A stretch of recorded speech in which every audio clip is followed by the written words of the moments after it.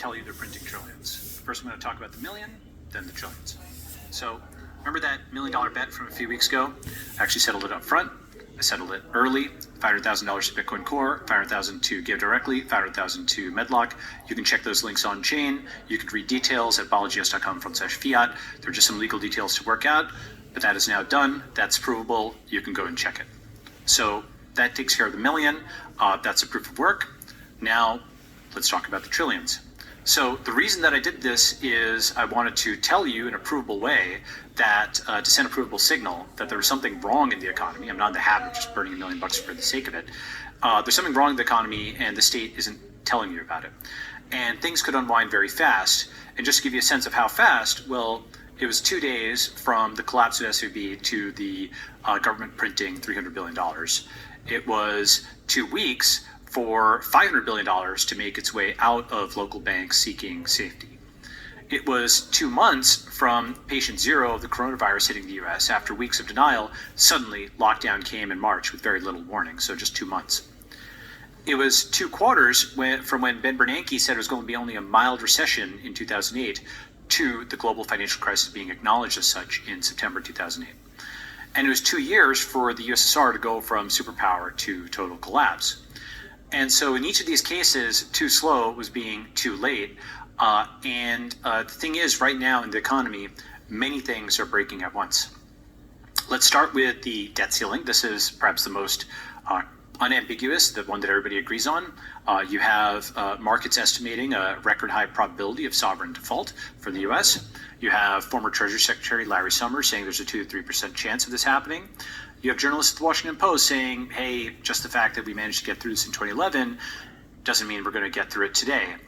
And that's just the crisis that everybody acknowledges. There's also the banking crisis. So with the banking crisis, Rubini is saying, basically very similar to what I've been saying, which is that most US banks are technically near insolvency. In terms of dollar value of assets held, the failed banks are already comparable to 2008. And in fact, as of this week, they've passed them, with 3 of the 4 largest bank failures in US history just happening within the last few weeks, okay? This is not like a small thing. It's not isolated. It's not that the banking crisis is over. Stanford study found that there's $2.2 trillion in unrealized loss in many other banks that are similarly exposed. And so, the issue is, though, if it's not just a debt ceiling crisis, not just a banking crisis, but wait, there's more. There's many more things that are breaking. So here's commercial real estate. Morgan Stanley thinks this could be worse than the financial crisis, okay? 40% downturns, what they're projecting. Here's the bond crisis. So 2022 is the worst year on record for bonds in a long time. And that's because the government devalued lots of bonds, and everybody holds bonds, not just banks. Bonds were seen as a safe haven. That's a bond crisis, okay? It's not just banks that bought these bonds, and that's why in The Guardian they're saying, is this financial crisis 2.0 where the safe haven isn't safe? Guess who else bought bonds besides banks? It was insurance companies. Insurance is under pressure. Life insurers, for example, 70% of their portfolio in this study was bonds. And if you remember AIG in 2008, when the insurance company fell, the backstop fell out. And of course, it's not just life insurance, it's other things. You might say, wow, life insurance isn't going to pay out. Turns out that the collapse in life expectancy has broken a lot of actuarial projections. So life insurers are sweating for money, and it's coming out of portfolios that are underwater for the same reasons as others, okay? How about the fiscal crisis? This is a partisan article, but it's true that there's $1.4 trillion in unfunded pensions, okay? Here's the auto loan problem. $1.4 trillion in auto loans with defaults spiking. Then there's the student loans. So these were put on suspend for 3 years. You have $1.8 trillion as a problem here, and payments are going to resume. You've got credit card debt. That's $930 billion, round up to roughly $1 trillion. That's also at all-time highs. And there's yet more things that are breaking globally, okay? You have the Ukraine crisis, where that's $75 billion directly, according to the Council on Foreign Relations, and it's more than $1 trillion indirectly. How do we know? Well, it's $800 billion just for energy subsidies in Europe, 800 billion euros, about 700 billion USD at last exchange rate. So that alone is just this massive thing, and of course the indirect costs of all the businesses that are failing because of all these spiking energy costs. You have de-dollarization. Some people are denying this happening. This is a whole video I could do on its own, but de-dollarization is happening at a stunning pace, according to Stephen Jen at Bloomberg. There's China's yuan, there's India internationalizing its rupee. Many countries, dozens of countries, are partially or fully moving away from the dollar as a medium of exchange at a minimum, even if not as a store of value. Sovereign defaults are at a record high. Okay, so you have 14 sovereign defaults in 3 years versus 19 in the preceding 20. Okay, and the thing is that a lot of high net worth people are already seeing this. High net worth institutions are seeing this. They're already moving assets or doing things. So here's Alon just the other day saying he sees all the economic data in the world. He thinks the cemetery is filling up fast. Okay, and I think it's probably even more than a severe recession, but he's already there. Here's a map of millionaire migration. As of 2022, yes, people are leaving Russia, they're leaving China, they're leaving Hong Kong, and they're still coming to the US as of 2022, but the numbers are way down. It used to be 10,000 plus millionaires coming to the US in 2019. It's now about 1,500. It's an 86% drop in just 3 years, probably going to go negative. So millionaires are changing allocation and location.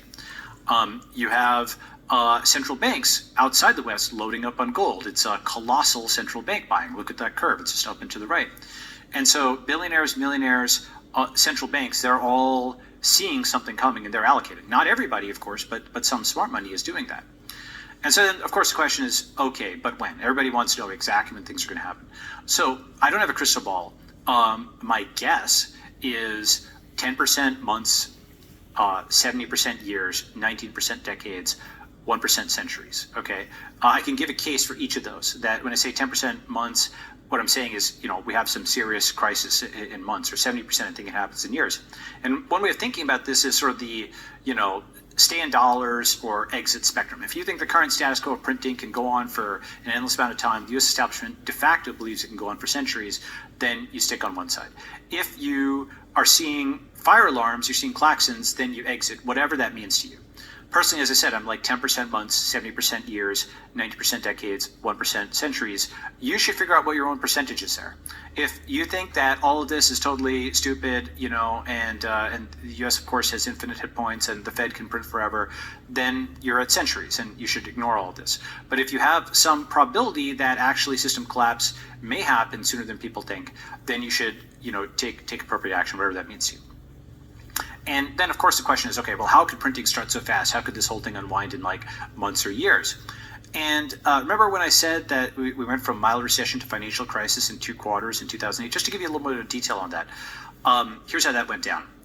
So March 16, 2008, massive bank failure. April 10th, 2008, Bernanke assures the world it's maybe a mild recession. September 15th, 2008, just 158 days later, okay, we're in the middle of the global financial crisis. And crucially, Yellen didn't warn you. This article came out years later. Yellen feared housing bust, but did not raise public alarm. That is what I'm doing at my own expense. I'm raising public alarm, okay? Now, if you fast forward, okay, the thing is, 15 years ago, collapse came in 158 days, but right now, is history repeating? Because in March of 2023, you have a giant bank failure with the Fed involved. In April of 2023, just almost 15 years to the day after these events of 2008, you have, again, the chair of the Federal Reserve getting up and saying it's going to be a mild recession. And God only knows how many days we have until, if and when, a fiat crisis happens. Is it exactly 158? Who knows? It's probably in the election year is when it might happen if political conflict gets to an extreme, but who knows? You really can't tell. What I do know is that when it does happen, Powell isn't going to warn you. He's still talking about a soft landing, okay, as opposed to hard landing. He's going to bring inflation down. It's just going to be a smooth ride, right? Already banks are dying. Things are blowing up. It's not really soft already.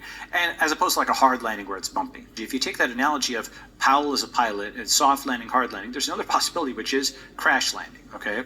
Here's Powell. Here's the pilot. He's the pilot of the economy. The dollars are floating around the cockpit. He thinks he knows what he's doing. And you and I, we're just passengers in the plane, okay? I don't have control over this economy. You probably don't. And the dollars are flying around the air. And so, if Powell is crashing the plane, and I believe he is, then the question is, how much time do we have? And I don't know. But I do know that when you're trading, yes, too early is the same as being wrong, okay? But if you're preparing, then hell is truth seen too late. And so I've sounded alarm. I've done my duty in my view as a citizen. That's why I burned $1 million to tell you they're printing trillions.